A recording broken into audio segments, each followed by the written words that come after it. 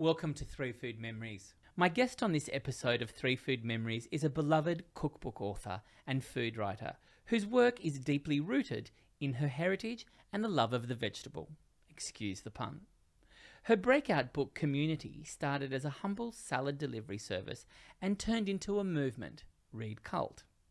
Since then, she's followed it up with hit books Neighbourhood, Family, and To Asia with Love. Now based in Brooklyn, she continues to use food to explore what home really means.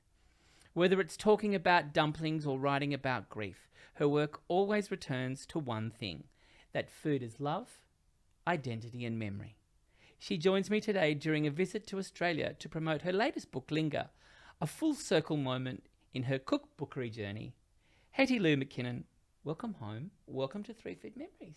Thank you. What an introduction. Now, you're my favourite type of guest. Someone I knew nothing about, and then I started to research, and wow, shit. Did I miss the Hetty? Did I miss the Hetty memo? Did you miss the Hetty train? Well, welcome, all aboard. But don't feel bad because only because only last week I discovered Paloma Faith. Oh. So you've got some work to do. So I do. I have done the work now, so I'm ready for you. I'm ready to go. Hetty, I'm busting to know. Okay. Is it rebellion to eat a tomato in the winter? It is. I want it to be. I love rebellion. What is it about rebellion that sort of turns you on? You know, I've never wanted to be like everybody else. I think because I wasn't like everyone else. And so I'm just going to head right into it. When I was young, I wanted to be like everyone else. I wanted to be seen as like everyone else. But now, decades later, I finally accept who I am. And so I want to be different. And I love to rebel. And I think, maybe, when we were off air, you called me a Chinese woman, and that's a great compliment. But I think when you're a daughter of a Chinese immigrant, there's no room to rebel. You need to follow, you need to toe the line because you are representing generations before you. And it's a little bit like the model immigrant, like you need to be a good student, you need to be a good daughter, you need to not do anything that is going to shame your family. And I very much grew up that way. I got a tattoo about 2 years ago in my late 40s. And the greatest fear I had was what was my mother going to say. And what did she say? She didn't say anything when she saw it. Right. So I think she was probably disgusted. But now that I don't live in the same city as her, she's probably a bit more forgiving. So you say you wanted to be like or look and be like everyone else. What did everyone else, what were they looking and being like? Well, that's also a very interesting question because I grew up in a fairly immigrant neighborhood, like there was lots of Mediterranean, like Greek people. I grew up with a lot of Greek people, a lot of Yugoslavian, Macedonian, but then there were the Aussies. And I guess I romanticized that a little bit. Like I wanted to be just like the white Australian girl, which I clearly wasn't, but I wanted that experience, and I think many children of immigrant experienced that, wanted to eat like everybody else. And it was, back then a source of great shame to eat differently. And so I still remember thinking quite distinctly, I would be horrified if my friends at school knew what I ate at home. What would being white afford you, do you think? Acceptance. In a teenager's eyes, acceptance. And what was the moment that you realised, I don't need this shit? Probably a decade ago. Really? And really that came through food. I think that when, I came to food not that long ago, Sav. I was in PR before that. When I had kids, I stopped doing that job, and I very distinctly remember wanting to do something else. I remember the day I finished up work. I was living in London at the time, and it was with my first child. And I remember going on maternity leave and thinking, I'm never going to come back here. And back to Australia. Back to that job. Back to that job. Back to that job. Because I don't think that, doing PR in the 90s and 2000s, you know, there wasn't a lot of people that looked like me either. Like in London, people were very confused by who I was, like as a person that had an Australian accent. So, you know, back then doing PR, you talked on the phone all day long. And I worked in an open plan office. I was very conscious of my accent. But then they would meet, and I had a Scottish surname. It's my married name. And then people would meet me and they go, "You're Chinese?"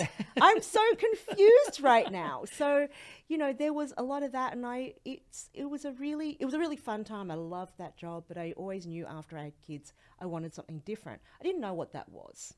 And when my oldest was 6 months old, we moved back to Sydney, really needed to be with my mum. I just remember feeling this urgency, and I didn't really know what that was. All I knew was I could not get out of London fast enough. Like, I needed to be with my mum.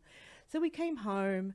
I had 2 more kids, like, really quickly. And then I just knew that I didn't want to go back to an office, but I wanted something that, A, kept me at home, and B, that I could give back to the community in a way. And, like, I didn't really even cook then. I was exploring cooking and exploring like ingredients, and I was really just learning. But I thought, hey, I love like this style of food, and I don't think you can really buy it in Surrey Hills where I was living, and I love this community so much. Maybe I could just like make vegetarian salads and put them in a box and deliver it to people. And so that was really the genesis of my career in food. I didn't think about it very much.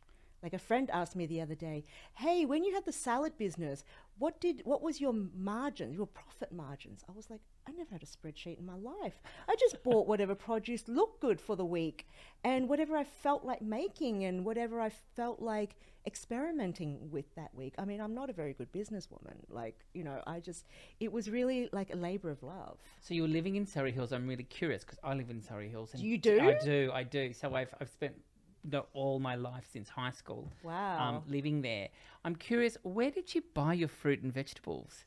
I had a supplier. Oh, you did? From the markets. So Right. he would, I actually don't remember the name of them, but he would get stuff from Flemington markets.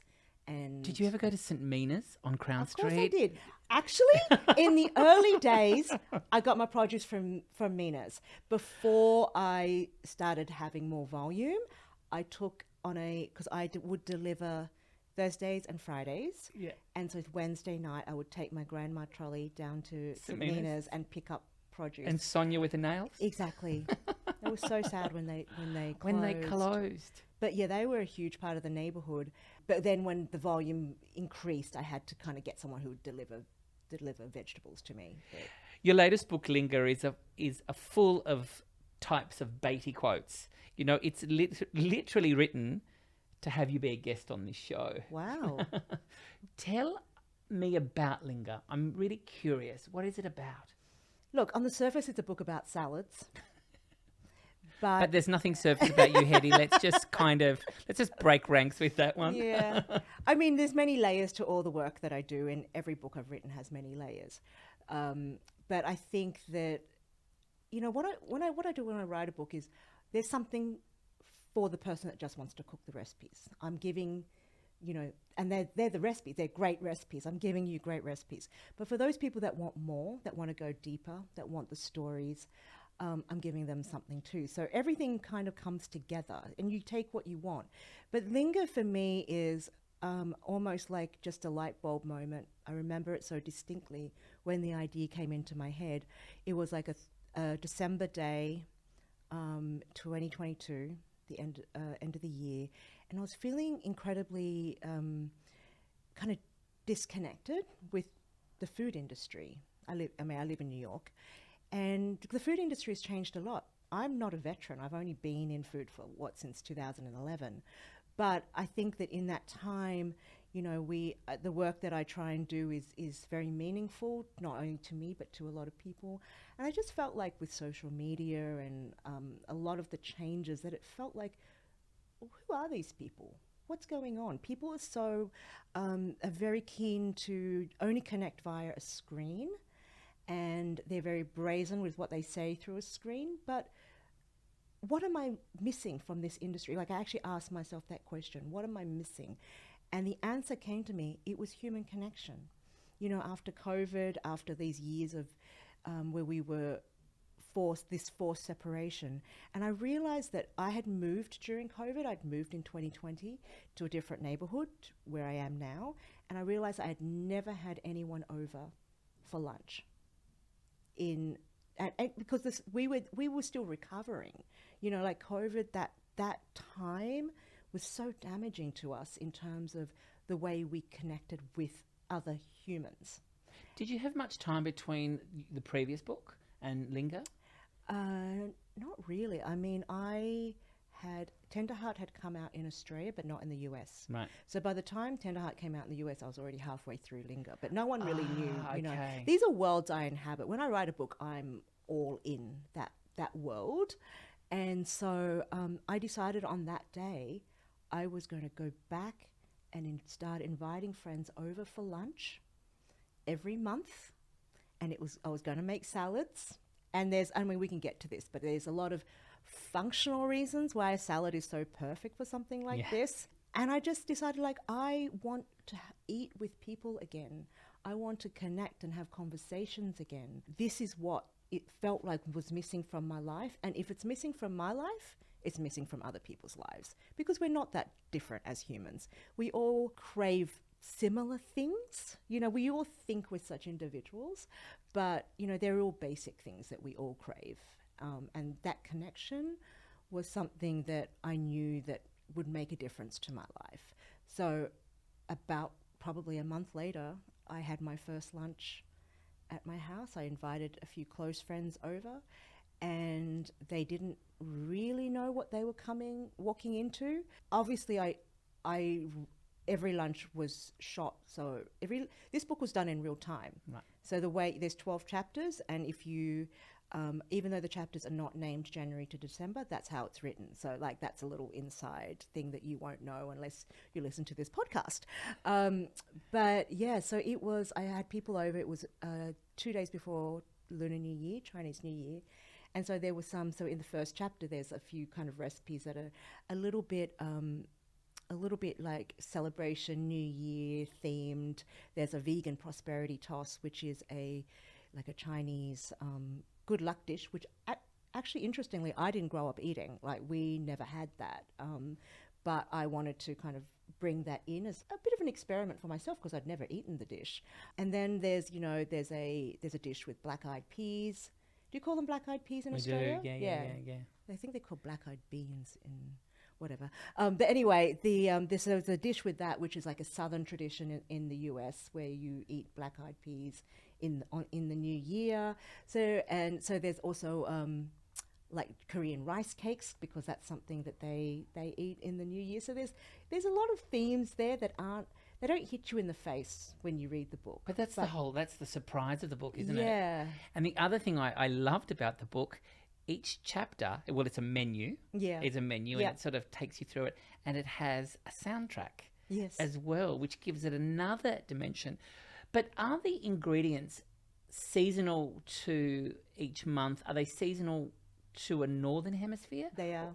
So they're northern hemisphere. Yeah. So how are we going to check into them being from the southern hemisphere? Well, you just cook the recipes that align to... So at the beginning of the book, it tells you if you're in winter and fall or autumn. Sorry, I do slip into these We've American fall. Fall is such a romantic word, though. It actually is, because you can actually see the leaf. That's just right. I kind mean, of you know, I still stick autumn. with coriander and all that, but like, I think fall is so romantic, so I kind of love that. So You own it. in the winter and the fall and spring and summer, it tells you which menus to cook from. So you're not leaving us out on a limb. You're guiding us all the way. All. And that's why it's not named by month. But, you know, this is something I was saying earlier is I used to, when I first moved to America, I was very uncomfortable about talking about America to my audience, which is a lot of Australians. I was very uncomfortable with that. Because I felt like, you know, Australia has this really, you know, tall poppy syndrome, and people, you know, and people would say to me when I came back on tour for my earlier books, don't stay over there too long, and things like that. And like people would say these things to me, so it would be, I was quite conscious of not appearing to be American, which I'm not, but like I've accepted that this is where I live. Like I'm producing the work that I'm producing in that community. You have the tenacity to be Right. in the country, right? And I can be, I do have tenacity, right? And I can be all those things. And so it's taken me, obviously I think the theme is it takes me a long time to accept things about myself. That's always just about but thank you for taking us there. Yeah, I mean, it did. It was very uncomfortable being, Australian, living in New York. And I have a very different, people perceive me very differently there than they do in Australia. So it's like... Are you doing a dual presentation? Are you doing a presentation for there and a presentation for here, do you think? Is there a Hetty there and a Hetty here? Yeah, I think obviously that's always going to be the case, because I think that also, I think I talk about, and I write, there's 12 essays in this book too. So beautifully written. There's a lot of essays about identity and about this kind of acceptance of who I am now, and kind of a lot of contemplation too about how the way you view yourself changes over time. Where shall the two meet? It probably will. I actually like it not to meet, if that makes sense. It does. There is something I realized about maybe 2 or 3 years ago, because I've been in the States now for 10 years, like over a decade. So it's a long time. It's kind of just happened. And I think that now I feel like I am very comfortable not fitting, like being the outsider. I said this to someone recently, and there's actually, I talk about it in one of the essays in the book, but they were so shocked when I said that I like being an outsider. There's a freedom in that, isn't there? It's an absolute freedom. It's a freedom to keep evolving, for one. It's a freedom to be who you are, and it's a freedom to like watch and observe other people, which is really what my passion is. I love observing other people. Like I see, storytelling is what I love most about food. Like I love to eat, and I love coming up with new recipes. It's the stories that come out of where people and food meet, isn't it? Absolutely. That's what drives me. And like these books, every single book I've written has started with a story first. Like this is the story I want to tell in this book. What are the foods and the flavors and the ingredients that they're going to fit into this story? Yeah, I mean, this feeling of being an outsider is very present in my life, but it affords me, as you said, a lot of freedom to accept what's around me and to question what's around me, because I think it's always really important to question. Let's hold on to that freedom thing, and we'll get back to it. We'll get back to it a little bit later. Yeah. Before we move into your 3 food memories, what is something else? What is another surprise that you've buried into Linger that we're going to discover when we buy it from the bookshop? I mean, I hope that all my books are surprising when you first look at them. I think that the storytelling element is very deep, and just I think the essays are very unexpected, because a little thing about the essays is they were all written in real time. This book is basically a year of my life. And so you're cooking these lunches and writing, or voice recording?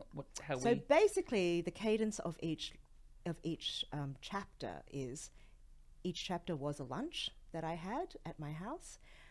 They were recipes that were cooked inspired by the seasons, but really like just what I felt like, cravings. There's a lot of just cravings, what I wanted to eat on that particular day. And so they're very simple, some of the recipes. And so I would cook them, take me a couple of days to get everything together.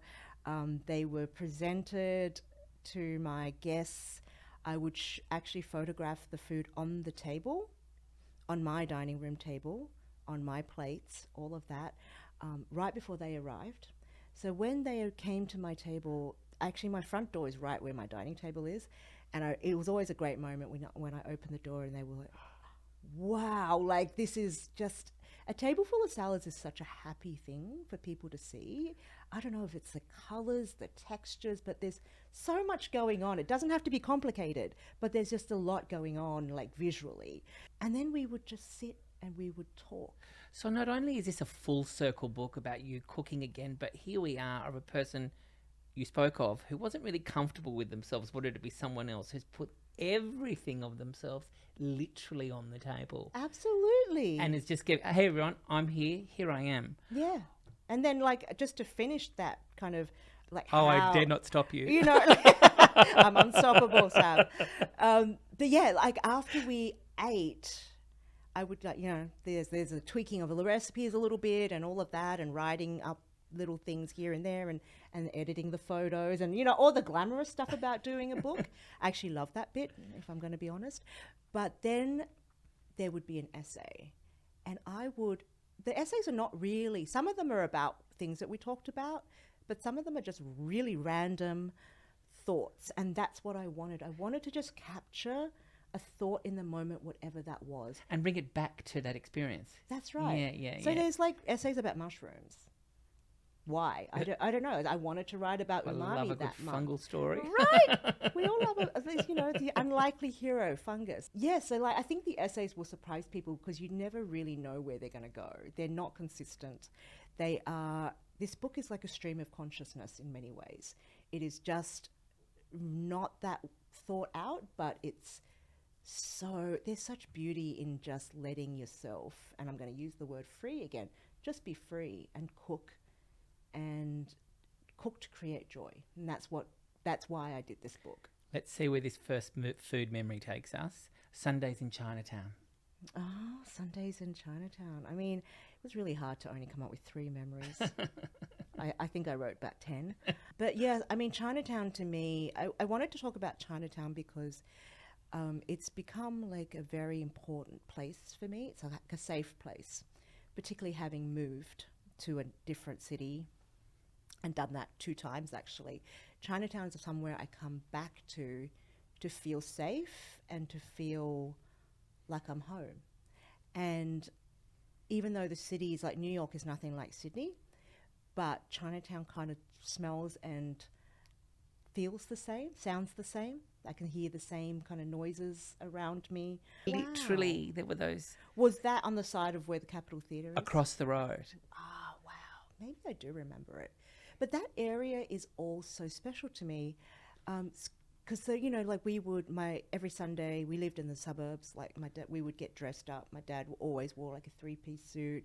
He drove an orange Falcon, and, you know, we would pile in the car and go to Chinatown and eat. Like in the early days, it was Nine Dragons. That was on Dixon Street. On the northern end, I don't know if Nine Dragons is even there. I think it might be, but I'm not that, you know, I haven't been to China, like that end of Chinatown for a long time because, you know, it probably doesn't have the best Chinese restaurants anymore. But yeah, they were really great memories. And we did that religiously. And then from there, we would go on to my like cousin's house on the North Shore. And it was a whole thing. And it was really special. And I love rituals. Sometimes we would go to like Burlington to the supermarket. I lament the closure of that supermarket. I know, and it was just like I love any supermarket or grocery store or whatever. What is it about a supermarket? There's something about, because I actually get attracted to supermarkets in foreign countries. What is it about You know what it is? I wrote an essay about a supermarket. I know, I'm just bringing it into the conversation. Thank you. And I think one of the lines I say in it is, I realised, I actually had never thought about it before I wrote the essay, but supermarkets reflect the people that it serves. You know, so the supermarkets, particularly in Brooklyn where I live, they're all very different. So it could be just your version of Coles, but it's going to have like ingredients that reflect the community around them. So they could be more, Mexican ingredients, or like Chinese or Japanese, or, you know, like they really do that. So supermarkets reflect the people, you know, and it's so egalitarian in a way. So it's quite an intimate. You don't think about supermarkets as being intimate, but they do offer so much, and they tell a story of the community in which they're situated. So I think that, you know, going to Burlington, and, you know, there weren't that many moments when I was that young where I would feel that proud of being, you know, Chinese. But when you're in an Asian supermarket or Chinese supermarket, you feel familiar. You love the candies. I'm going to slip into my Americanisms again. The lollies and the crackers and all those things. It's You're like, with your people, yes, your tribe. yes. Mm. And I would always like walk out with a bag of the dried cuttlefish that I would eat that in the car on the way home. Do you know what? I use those cuttlefish secretly, like small amounts of them in ossobuco instead of like an anchovy. Yeah. Oh, wow. And it just gives it this kind of brings it. Anyway, this is your food memory. Sorry, I think of those I saw them one day and I was like, what am I going to like? That's so interesting. Just drop them in, Really? secretly. So yes, the cuttlefish. Yeah. So Chinatown is. I specifically wanted to talk about Chinatown because it has meant so much to me as I've moved around the world. It's like this place that whenever I'm feeling like I need to be centered, I kind of just go to Chinatown. And I still do that now in New York. So how many Chinatowns does New York have? there's a lot. Is right one in every borough? Or Yeah, I mean, there's the one in Manhattan. Yeah. There's a really big one in Sunset Park in Brooklyn, which is not that far from me. And that one is so interesting because many stores, they only speak like Mandarin, more Mandarin than Cantonese there, actually. But it's really, I hate that word authentic. I don't like the word authentic, but it's authentic. Let's find another word for authentic then. Yeah, like, what is it? It's probably a feeling. I mean, particularly for you, it's a feeling. sensation, isn't it? Yeah. When the body just settles into that. And there's kind of like a pride in that. Like I can go there, I speak Cantonese, but a very distinct dialect of Cantonese. So there's a little bit of code switching, which I always heard my mum do. So like I find myself doing it now. But yeah, there's also Flushing in Queens, which is an incredible, immensely densely populated Chinatown. But I think it's one of the most incredible areas of New York that people don't know about. If you're not from New York or the US, so many people come to New York and they just stay in Manhattan. And I think that's the least interesting part of New York. Moving into the other boroughs. Queens is the most interesting. Tell me, dim sum. So we call it yum cha in this country. Yes. And we're one of... I know what you call it. Sorry. We call it yum cha. What a dick. Yeah, Anyway, what a dick. In Australia, it's called yum cha. Yes. In a lot of other countries, it's called dim sum. But here in Australia, we're one of a few countries that we do it a Garradon trolley service. What's dim sum service, yum cha service like in New York? It's actually not that dissimilar, but a lot of it is like you mark it on a piece of paper. Yeah. Those exist too. It's actually always the first meal I have. Right. When I arrive back, I always go to... Do you order like a yum Chinese cha. lady? Well, the place that I go to now actually has, you put it on a piece of paper. Right. You mark what you want. Because here, I find that if I don't put up a fight, I get nothing. Those trolleys come nowhere near me. Oh, well, you probably offered different things that I would be offered. That's true. Yeah, exactly. Yeah. But there's a few trolley service restaurants in New York. Yeah. There's a few in Sunset Park that are like that. So they still exist. And the food is quite similar, though it's better here. Because the seafood's better. Right. Not that I eat seafood, but... You don't eat seafood? No, I'm vegetarian. Of course. So actually, I really like where you get to choose your dim sum off a menu, because I make sure I can get the vegetarian things. You, like we spoke earlier, you lived in Surrey Hills before you moved the family with your husband. What's your husband's name? Ross. You moved, and you've how many children? 3? I have 3 children. What are their names? Scout, Dash, Huck. How old are they? My oldest is 19. She's in university, they call it college. And then I have my Dash is 17, Huck's 15. Why did you move?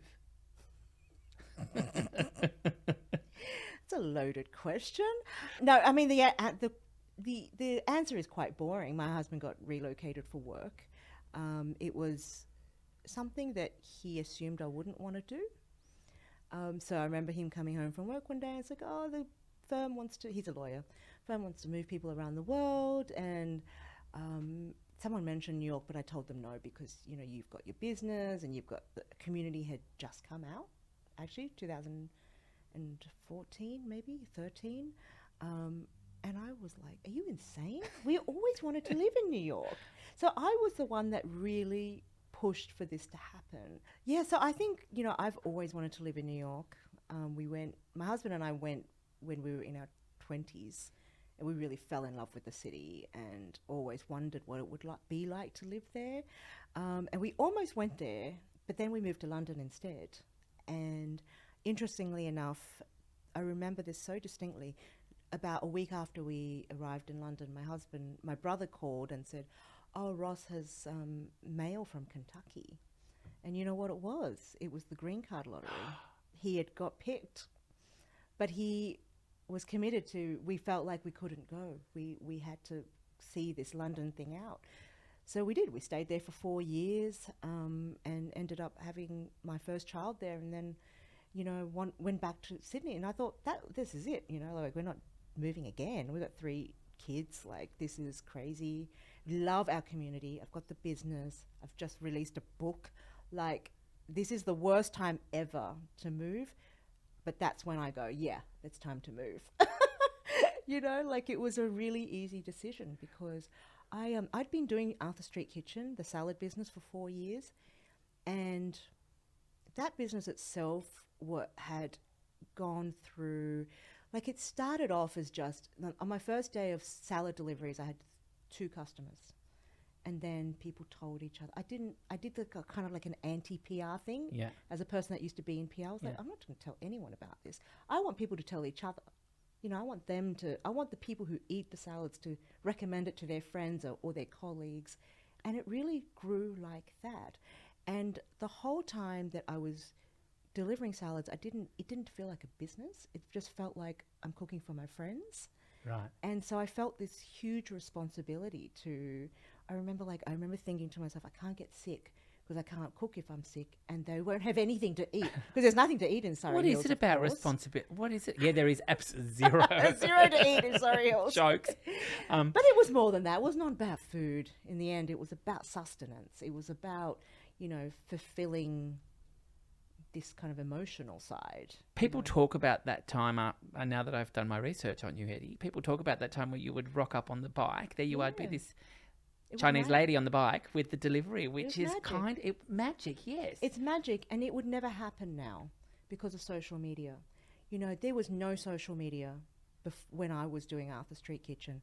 So when something grows through word of mouth, it's so strong. You can't break those bonds from... It's just something very different. Whereas now, if something is documented on social media, you go viral. But virality lasts for, a day, a week, a month if you're lucky.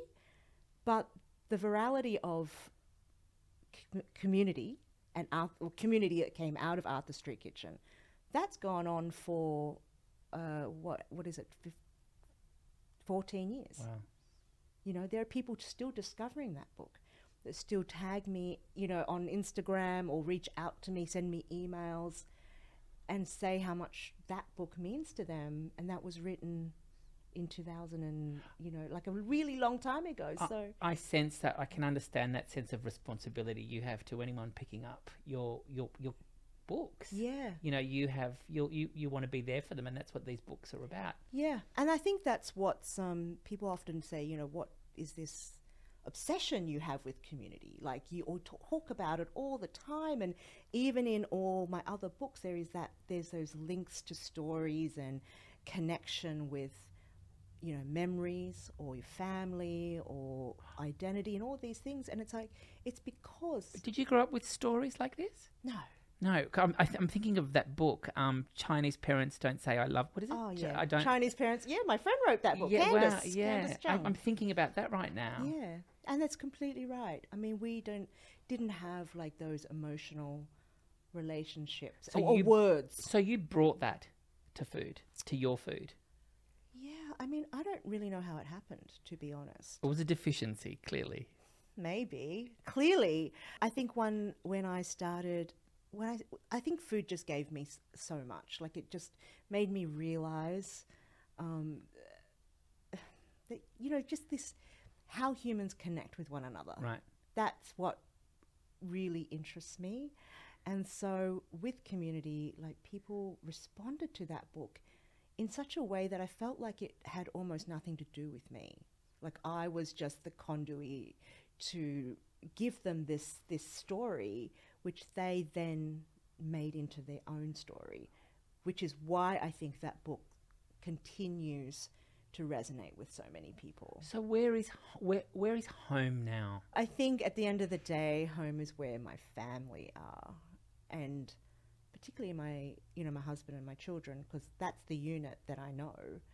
Home change. The idea of home, I used to think it was a place, like geographically, a piece of land, but now I think it's actually people. And, it's a question that we've thought about. It's very present in our lives right now, living in America. And, I don't really want to talk that much about that because it's depressing. But, it's a really tenuous time, I think, in the world. I think everyone in the world is experiencing a lot. Our humanity is being questioned. And I think that it's very front of mind for me, like, my children, and as they get older, they're going to perhaps spread their wings. My oldest already has, in terms of like being out of home. And it's like, it's about people. It's about the people that are my community, the people that ground me, the people that I can go and have a coffee with, and people I can connect with. So I think that's my home, chosen family, actual family. It's people. It's not a place anymore. It's not a piece of land. It's people. La, la, la, la, la, la, la, la. A good fruitcake. Another Hetty quote. Oh. I'm pulling them from the book. You wrote them. You can't just deliver them and expect me not to pick up on them. Anyway, Hetty says, a good fruitcake should be more fruit than cake. Now, this is a perfect place to discuss the broader themes of your work. You use your recipes to tell a deeper story. We've said that, especially about your identity and sense of belonging. Fruitcakes are rich, aren't they? Mm-hmm. How does your background in growing up in a Chinese-Australian household influence how you lay a story in food? It's an incredible experience to have grown up in that food world and atmosphere. That was my home. That was my mother's kitchen. And like when I was there, I didn't really appreciate it. Like I thought, what is she doing? Why is she making 3 breakfasts? Why is she making like fried rice for breakfast? Why is she making noodles? Like, do you think that changed when you became a mom? Yeah. But it changed more so when I started working in food, right. I think, when I started realizing what that meant to her. And for her, it was her way of expressing herself, her way of showing love. I think we've already, touched on this. Chinese parents don't say I love you, which is a true thing. But food was her way of, I guess, spoiling her children. We weren't spoiled by material things, but it was through her. She spoiled us through her food. Because she probably grew up with a lack of.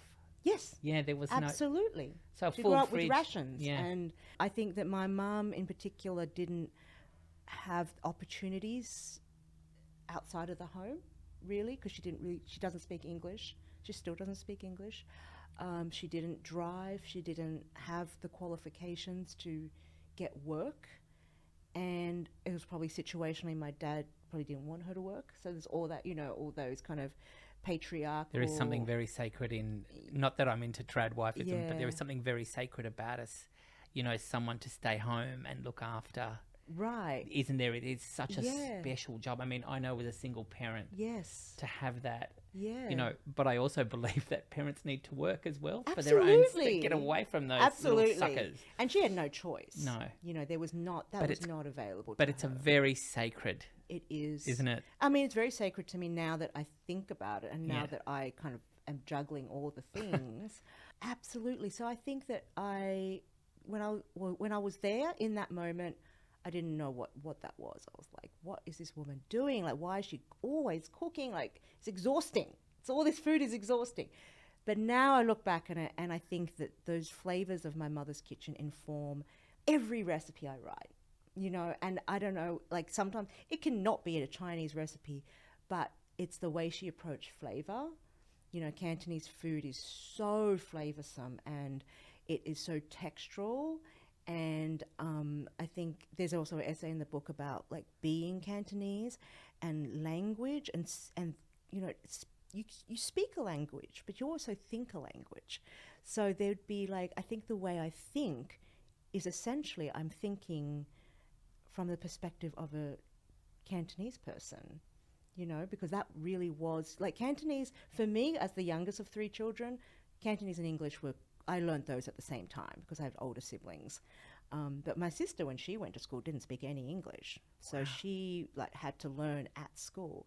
But I think that I was so competent in both languages. So I'm always kind of thinking, there's this kind of like Cantonese approach. My mum says like, is it homia, which is like, does it taste good?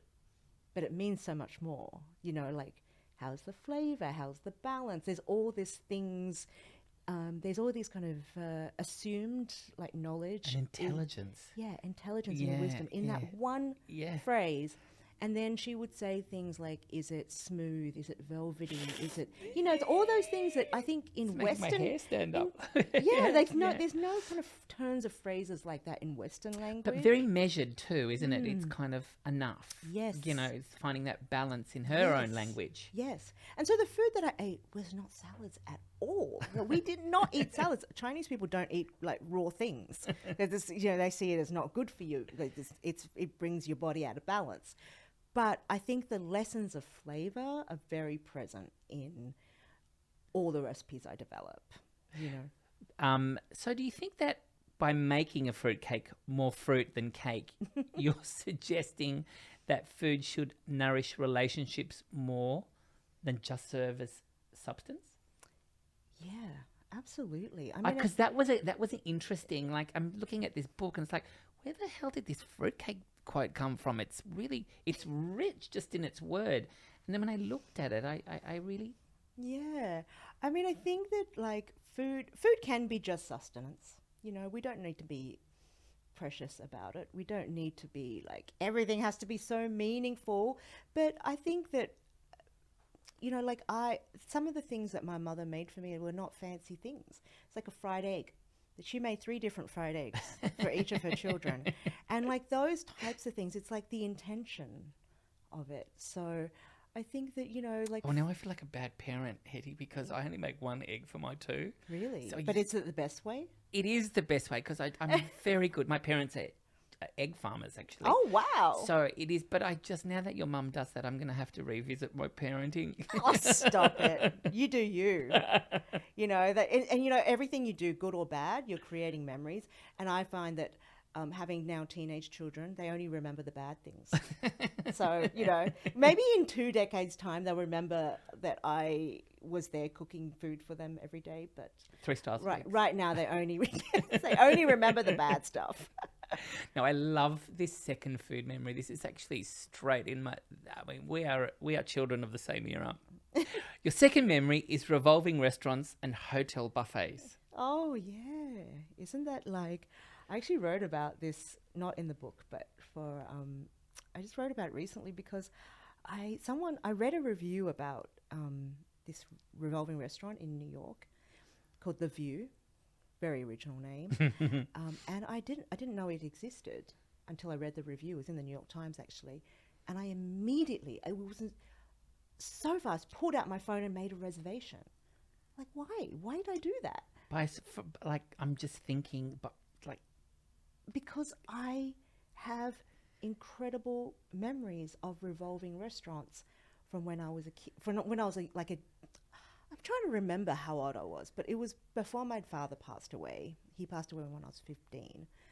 But in the years just preceding his death, he started taking us to... Did you know he was dying at this time? Well, he had cancer and then there was a remission period.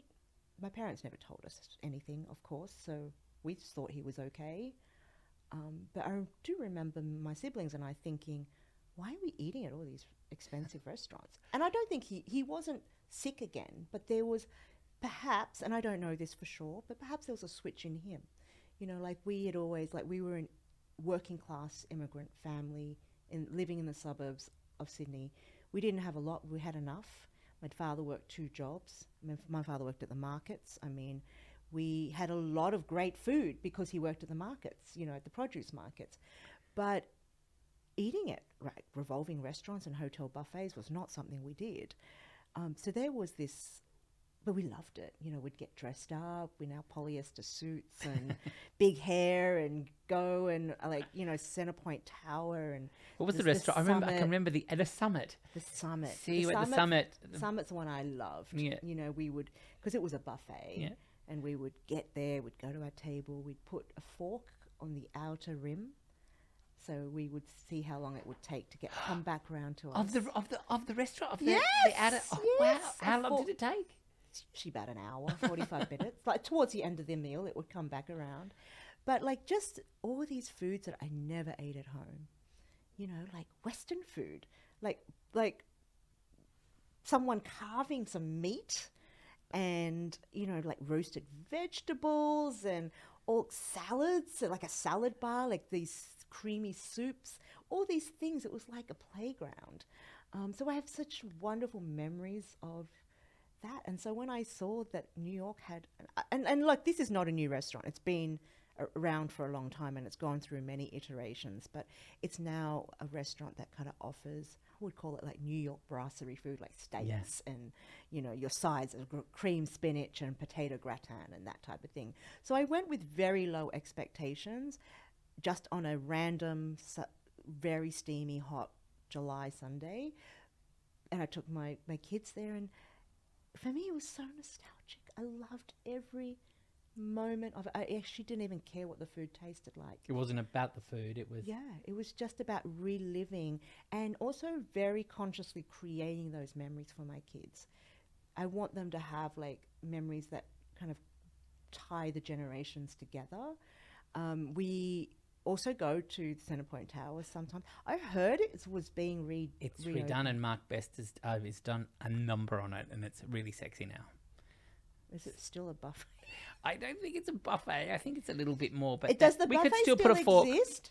Is it on another floor? No, I don't think so. But there are a number of quite good buffets in this city. Probably not to how as we remember them. But my buffet memories. The first time I ever tried bacon chips. Do you remember those little salty little bacon chips? Yep. And that was in the Sizzler chain. Sizzler, I remember Sizzler. Do you remember? Yes, we are from the same generation. So it was such a craze. Craze. You speak of your Ford. You know, piling into your Ford. On my 10th birthday, my parents took possession of a Ford Falcon station wagon, S-Pack, and they drove it. We went on family holidays all the way to the Gold Coast. Oh, wow. And that was what we used to do all the time in the Ford. What are some of the other food memories that, the foods that you remember from the buffets? Oh, I mean, it was all like the cakes, for example. Like my mum does not bake and we don't really eat desserts. We ate fruit for dessert. Not because she was mean, just because like that's what we did, you know, and there was always a lot of fruit in our house. But so they used to see these cakes, like layered things with jellies, and it was like, I didn't even know what any of this stuff was, to be honest. But yeah, the salad bar was always interesting. Just a lot of seafood. I just remember, you know, like the buffets have gone through a lot of iterations. There was Sizzler, which was, you know, it's, for those people who were not from our generation, it was a steak restaurant. And then the steak, and then there would be the salad bar, which was like a buffet. My mouth is watering. You see? What is it about a buffet? I just think it was new. These were new things. It was a change. I don't want to call it a revolution in food, but, you know, migrant families like ours was upwardly mobile, and these things were coming into the market, and we could afford them. Our parents could afford to take us to these places, and it felt like a step up, you know. Yeah, it was a treat. Yeah. It was like a chance for you. It was like the ultimate to portray. It's like stepping out of your class for a second, for one meal. you can step out of your class and go, look, I can afford to go to a buffet. I mean, it's funny because now nobody would look at a buffet as being a socially mobile, upwardly mobile meal.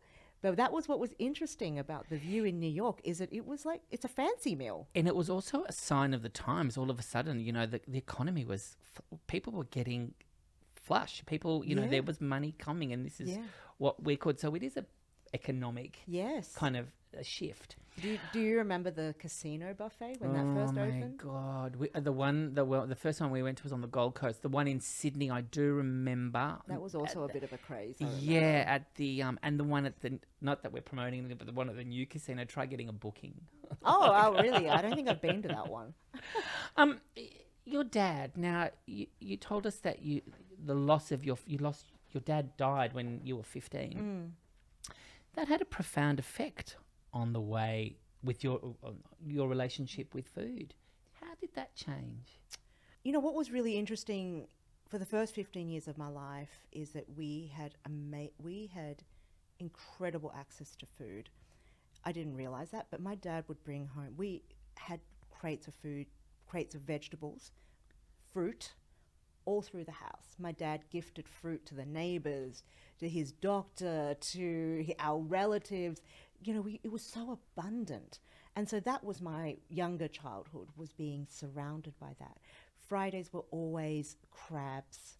You know, he would bring home live crabs, which for my mum to cook. You know, mussels in black bean sauce on a Friday. You know, whole fish. Like I never really liked fish, but my mum would force me to eat a fish every Friday, like a whole fish. And it was just so much food. And we ate like we were rich at home sometimes, in hindsight when I look at it, but we were not.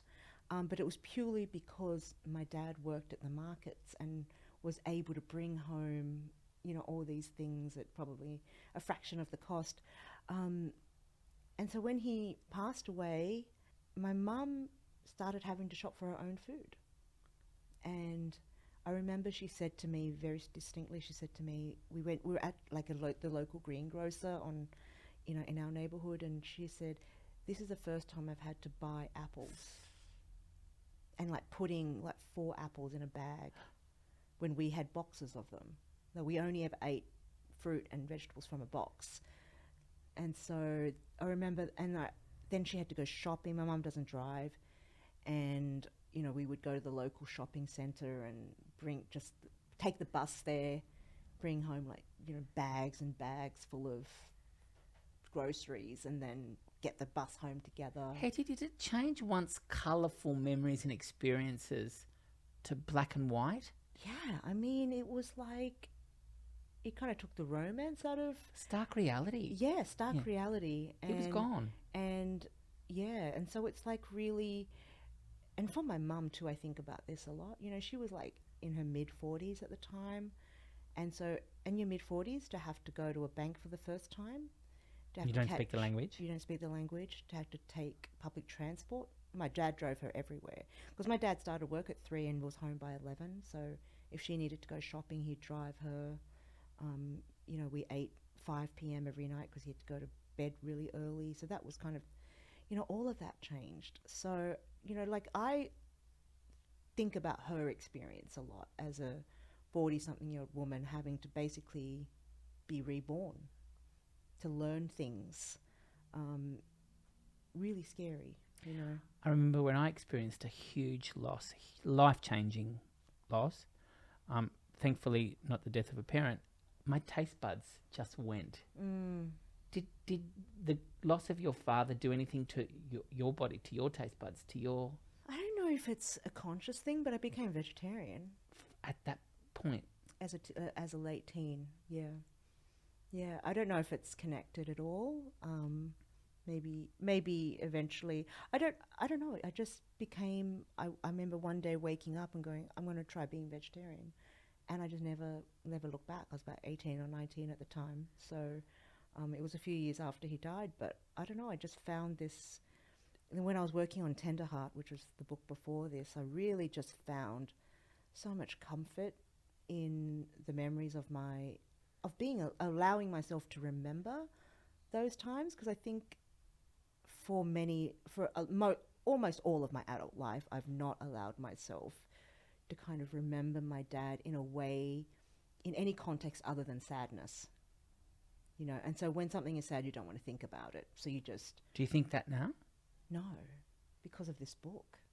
Because I wrote that book and I allowed myself to experience the grief decades after his death, but experience his grief, but then to allow myself to remember him in the context of joy and abundance and comfort and all. And that's just not the way I've thought about my dad for most of my adult life. So that I felt so much more connected to him, because honestly, I don't know my dad.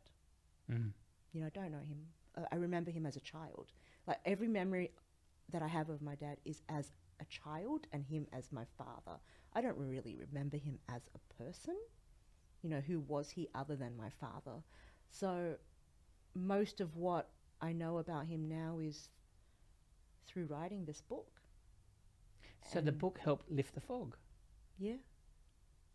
Yeah. And that book is has been probably, like in America at least, it's the book that it's beloved there.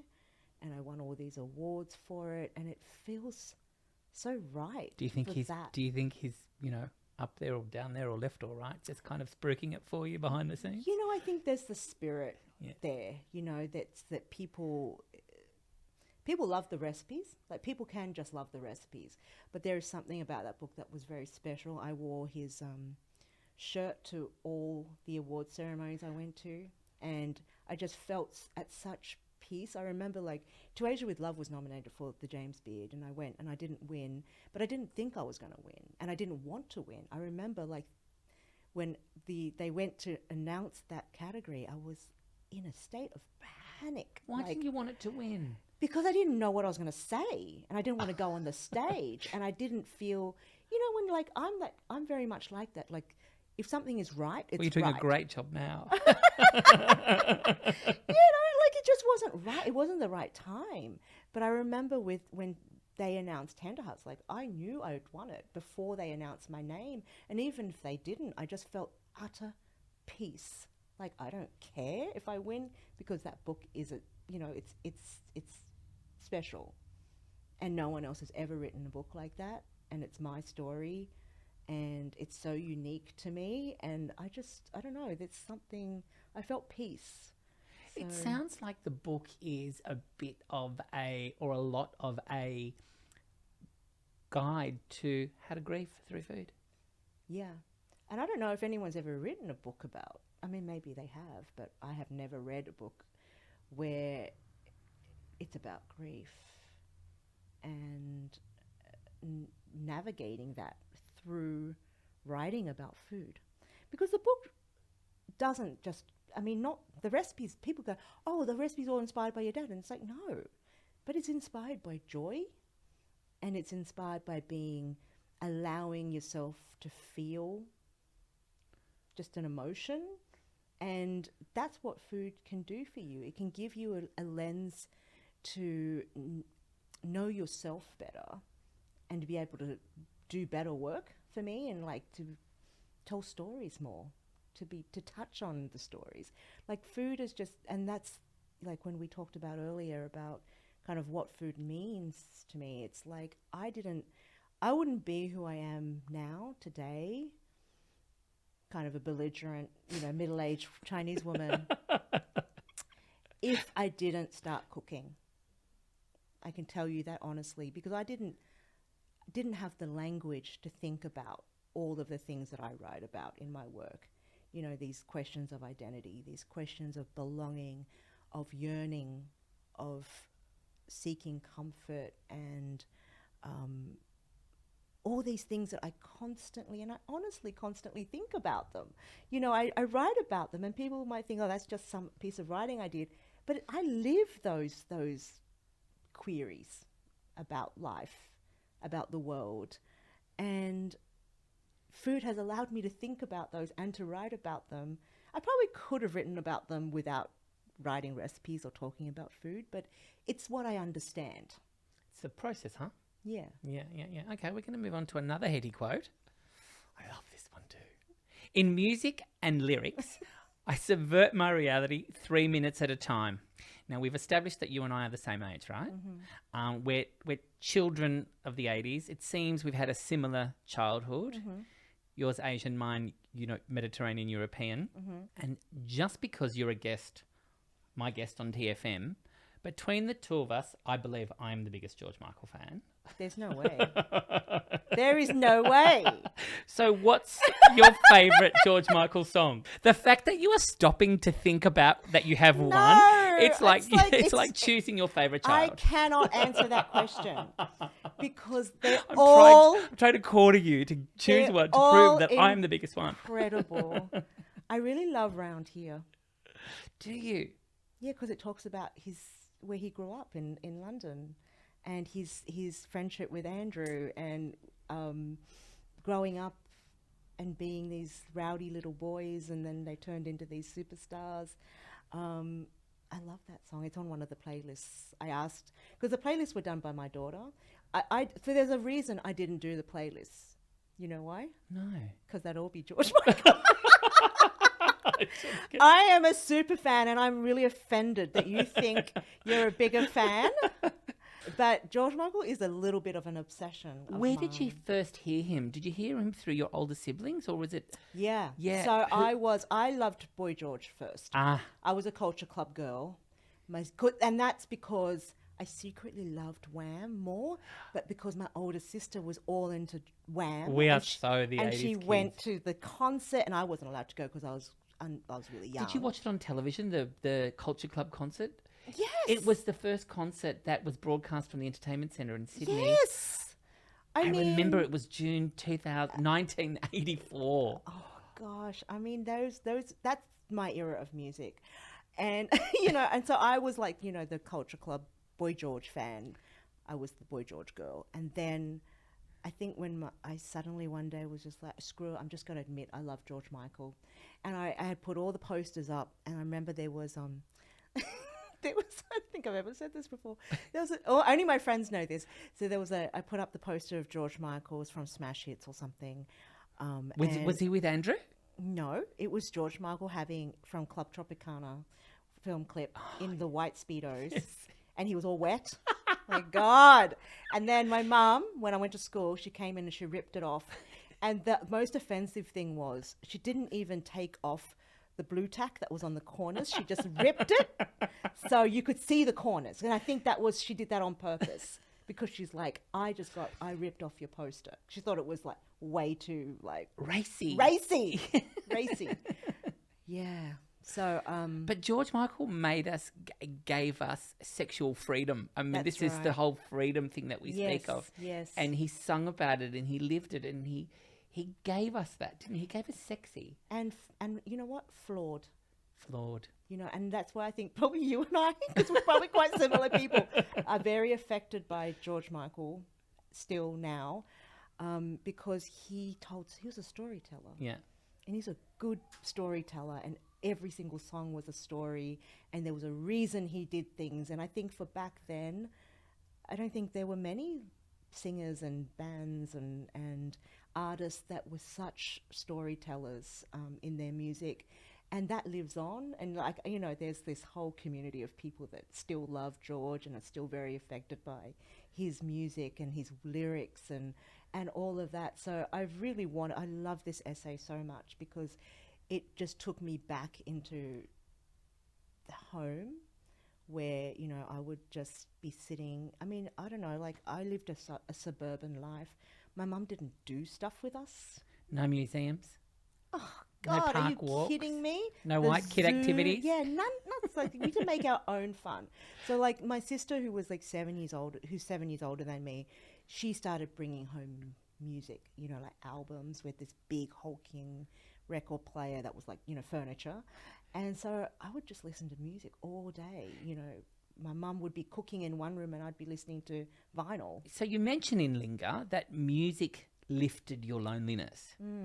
What is it about music that offered you companionship? I think it was escapism. I think that my mum never talked to us about like the world or stuff, it was just food and, I don't know.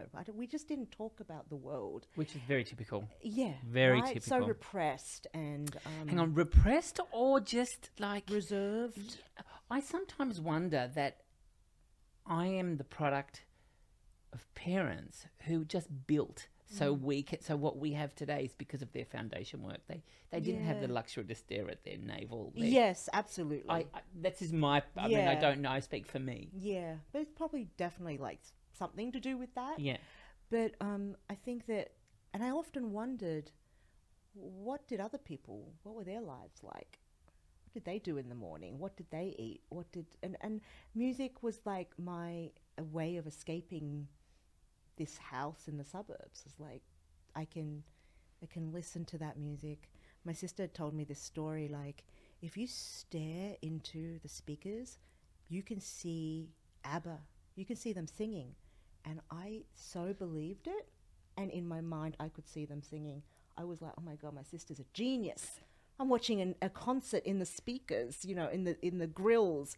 So it was really like, I think for kids of our generation growing up in these households, music was just this connection to the world. Especially at the time, because that was our only source into. There was no internet. No internet, and there was Countdown once a week, and you could sit there and see what... Thank God for Molly. Right? So important to us. Yeah. And what was the American dance show? Solid Gold. Sundays afternoons, wasn't it? 5 o'clock or something. Wow, I'd love to see those clips. They were hilarious. I mean, I liked it less than Countdown, but... I liked it for the dancing and the headbands and the gold and the glitter and the little... And I used to think, I could do that. Never could. So here on on TFM, we love to connect... We love connecting our guests with soundtracks. And in Linger, you've done something equally beautiful. Like, and you spoke about that, the sound, the what do you call them? The playlists. Yeah. Pairing each menu with its own playlist. Can you describe that special place where music and food meet now as a 50-year-old woman? God, you just revealed my age. Well, I think there's greatness in this age, isn't there? There is greatness. I think that so my daughter's really into music, and she has this incredible repertoire of music. It's quite astounding, the things that she knows. But I think that like there was a long time where I wasn't, 80s music is not popular anymore. Yeah, it just had a little, It's like, oh, it's so tacky, this kind of 80s pop. And I'm like, I'm pop all the way. But yeah, I remember like I used to, when I cooked, I would listen to lots of different types of music as a way of discovery. But now I just love listening to the music that I used to listen to when I was a kid. So you kind of go through those. It's an evolution, but I've kind of come back home. But I think that there's nothing like just listening. It's like cooking sometimes is an escape. Like when I'm developing a recipe, I don't really listen to anything. Because you need that. Yeah, I need to like focus. I need to be like, doing little calculations in my head or remembering what I'm doing and remembering to write it down. But when you're cooking for fun, there's nothing like listening to, a playlist from when you eat, the songs that you love. That's what it is. It's like giving yourself license to love the songs that you love. But the playlists in the book are very surprising, and they're not done by me. Initially, there was a playlist done by me, and I was like, I don't know if I want this to be the playlist. Well, Linger is such a big book. There's a lot of heavy lifting for you to... You needed assistance with that. Well, it felt too personal. Like I thought... I wanted to see how someone else would interpret these themes. Yeah. The incredible thing is my daughter did not read the essays, but I gave her themes. I was like, this is the title of the chapter, and these are some of the themes that I touch upon. And the playlists themselves, and I will not speak for her, nobody can speak for her, but she constructed stories. So there's a beginning and a middle and an end to these playlists that I don't even understand. They're her stories. And I'm kind of very happy to leave them as her stories. And I think as a listener, you would not probably understand how she put them together. But there's a real method in what she did with those playlists. And they're incredibly surprising. I didn't know a lot of the music on them, but they all feel so right for those chapters. So I really loved, I wouldn't even say I collaborated with her. There were a couple songs I told her she had to put George Michael on there. You know, there was a couple of songs like the first chapter is called Home, Where I Want to Be. We took out the is. Hetty, it's all coming, this word home, if we do, it just keeps coming up. If we do a check on the amount of times home has been used in this chat, it's a lot. Home is important to you, isn't it? Yeah. It is important when, I think it's important to everybody, really. But particularly when you've, in some ways I say I'm rootless now. Like I don't belong anywhere in particular, but I belong exactly where I am. You know, so like wherever, and there's certain safety in thinking that, because that means that I can be anywhere and feel like I'm home. And that's something that I've had to, create for myself as a way of staying safe, like feeling safe. I'm curious, does that feeling of not being rooted to anything, so next time a loss does happen, it's going to be easier to walk through it? Perhaps, yeah. Like I think that I feel safety in being away, if that makes sense. You know, like this is something else I think about a lot is if I lived in Sydney still, in close proximity to my family and particularly my mum, I don't think that I would be able to produce the type of work and think about things, think critically and deeply and meaningfully about the topics that I write about, because I'm too tethered to my upbringing, my mum, my home, my family home, my heritage. But having distance from it allows me to challenge and to critique it in a way. And so I really believe a part of the reason that I think I live in another city from where I grew up is because I love being able to think about things with space. Because sometimes, you know, when you're too much in it, you can't see it clearly. I do. I'm sorry. I'm nodding. I'm nodding, and I just realised that this is audio as well. Can we talk about your third food memory? Because I actually feel like I want to eat one of these right now. They're these deep fried glutinous rice balls, something that your mother made. What are they called? They're called jindoi, and they're made of glutinous rice, and they're deep fried. And the reason I put it on the list is because for me, it's a very, it's an olfactory memory. Like she would make them for like the Lunar Chinese New Year. It's a special, you know, we don't eat deep fried food every day, but it's a special memory from a celebration day. So it can be Chinese New Year, birthdays. She'd get up early and make these deep fried balls, and she has a certain way of frying them. And I remember we lived in a 2-story house, and I remember waking up in my bedroom, which was upstairs, and smelling the oil, like the smell of the oil drifting through the house. And that's when you go, oh, that's a good day, because she's got the oil out and she's deep frying. So I often call them my deep fried memories. But yeah, and this is like something that I learnt to make through like watching YouTube videos and things. Like she never really showed me how to make them. And I always thought, you know, you often think to yourself, there's a romance. You say, oh, my mum taught me how to make all these things, and she taught me how to make plenty of things, but there's also plenty of things I've kind of bulldozed my way into. Like I've taken these memories of like, I'm going to learn to make this, even if she's far away and can't show me, or she doesn't particularly want to show me.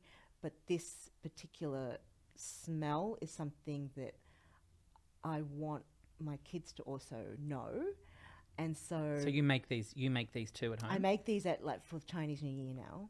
but I make it my own way. And my mum, when she sees photos of them, she'll always say, and I say it for her now, it's like, yes, I know, they're too dark. And, you know, I say to her, because yours would always deflate within half an hour, but mine last all day long because I've deep fried them further. But I remember her making them so distinctly, and she has, so it's kind of similar to the glutinous rice balls that you would get at Yum Cha they often sometimes have black sesame paste or red bean, but these are savory. So, and they're very distinct. Like she had this technique of kind of flattening them so they could expand. So hers were like big, like almost like cricket ball size.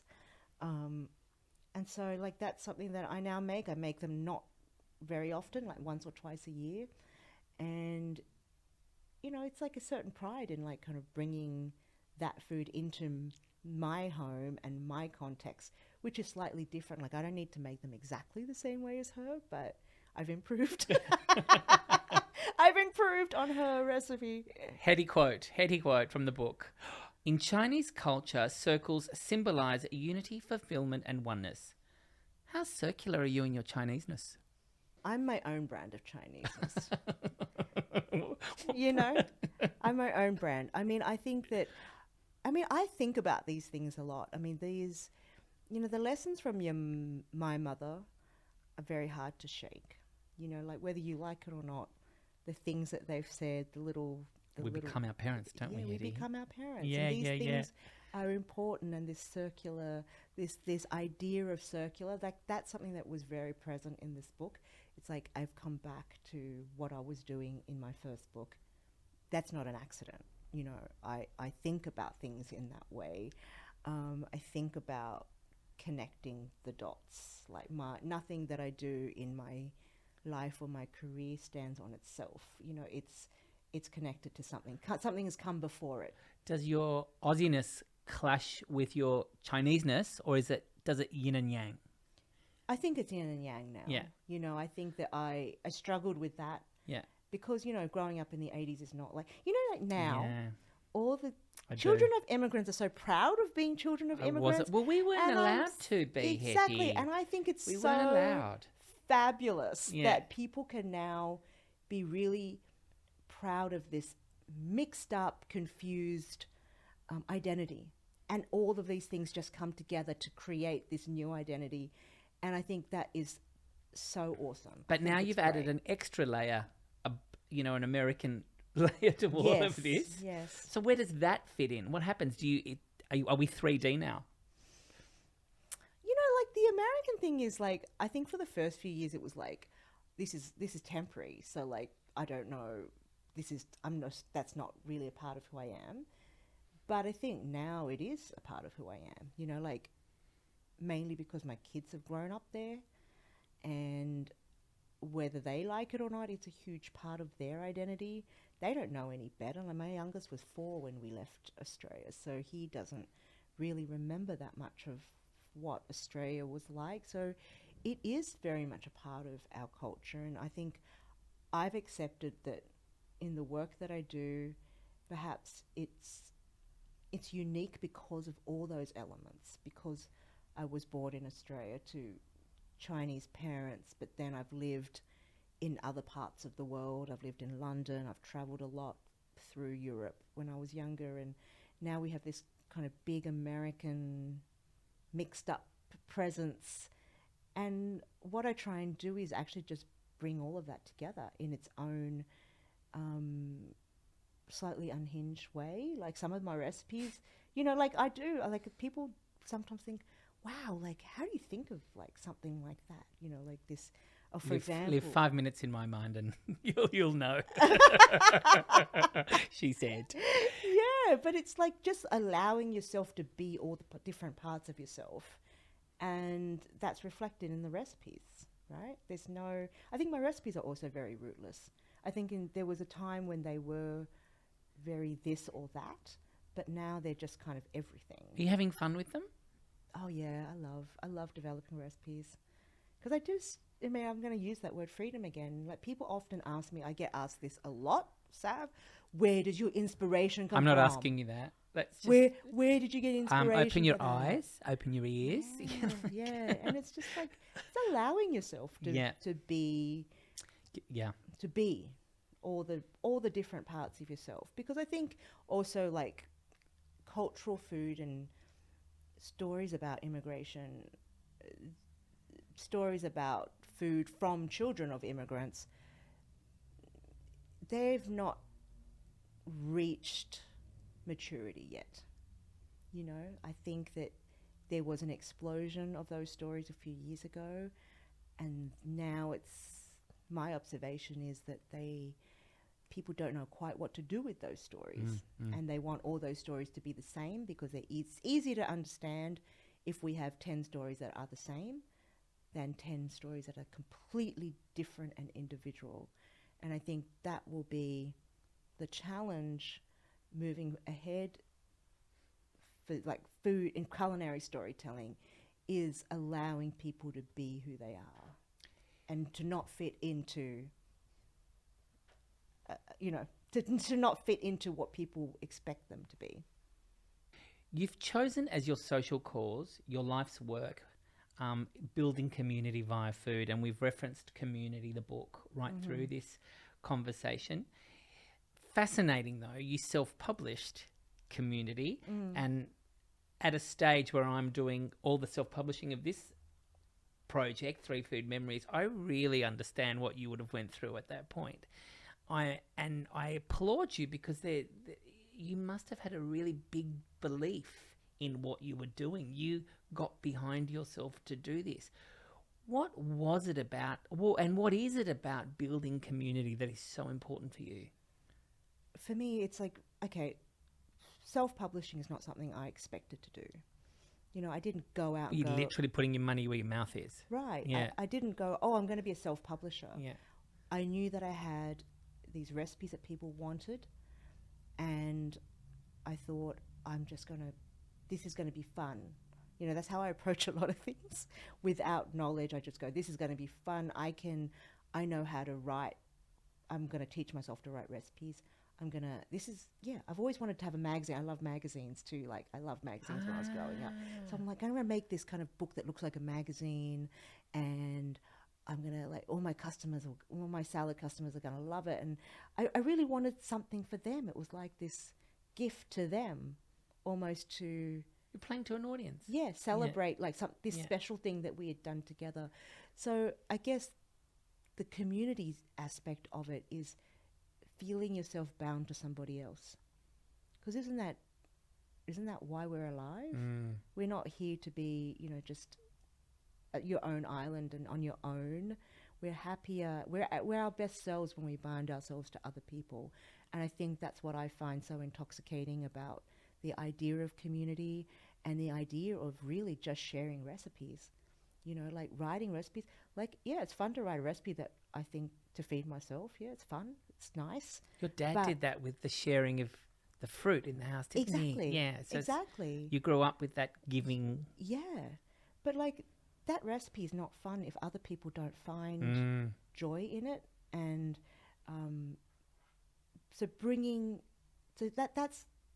community is like why I do everything, really, because I'm constantly trying to find connection with other people, constantly trying to show people that you're more alike than you are different, to find that common ground, to build bridges. Like, that really is the cornerstone of everything that I do.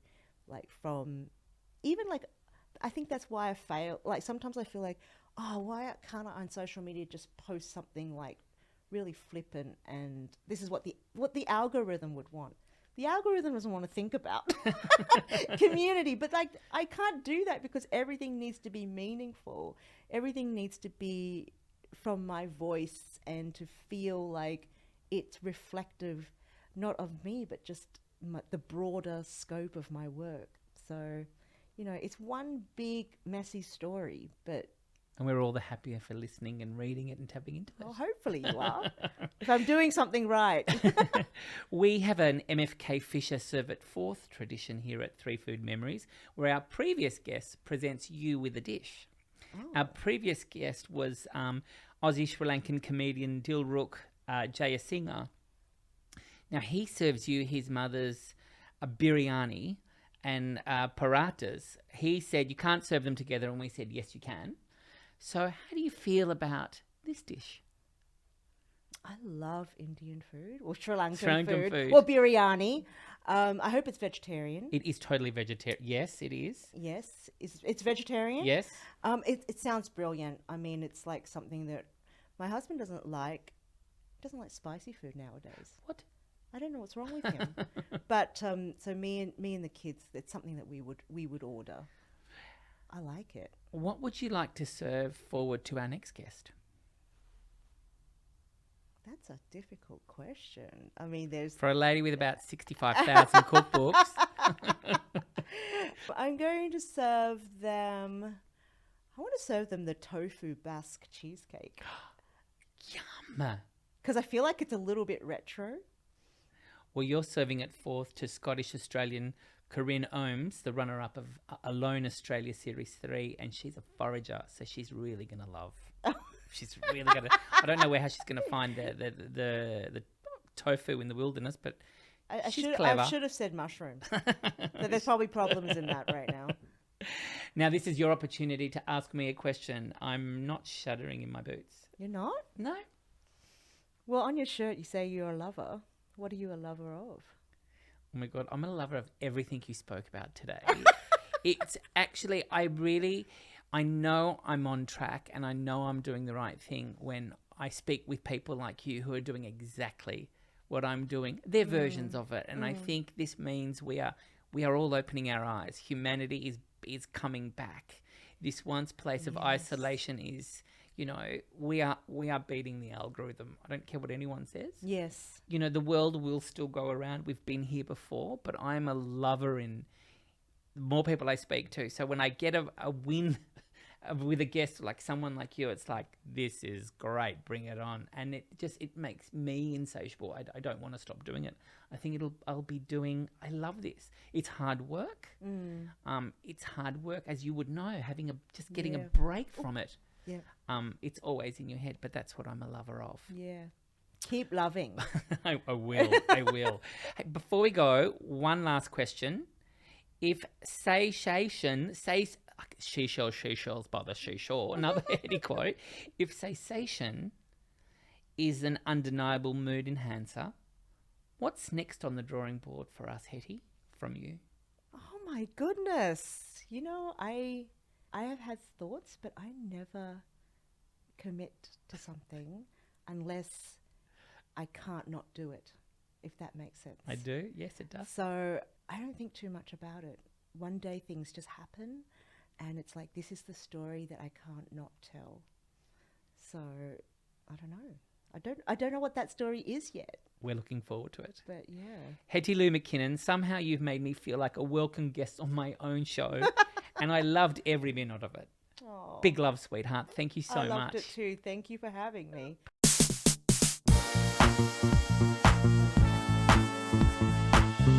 That's it for this episode of 3 Food Memories.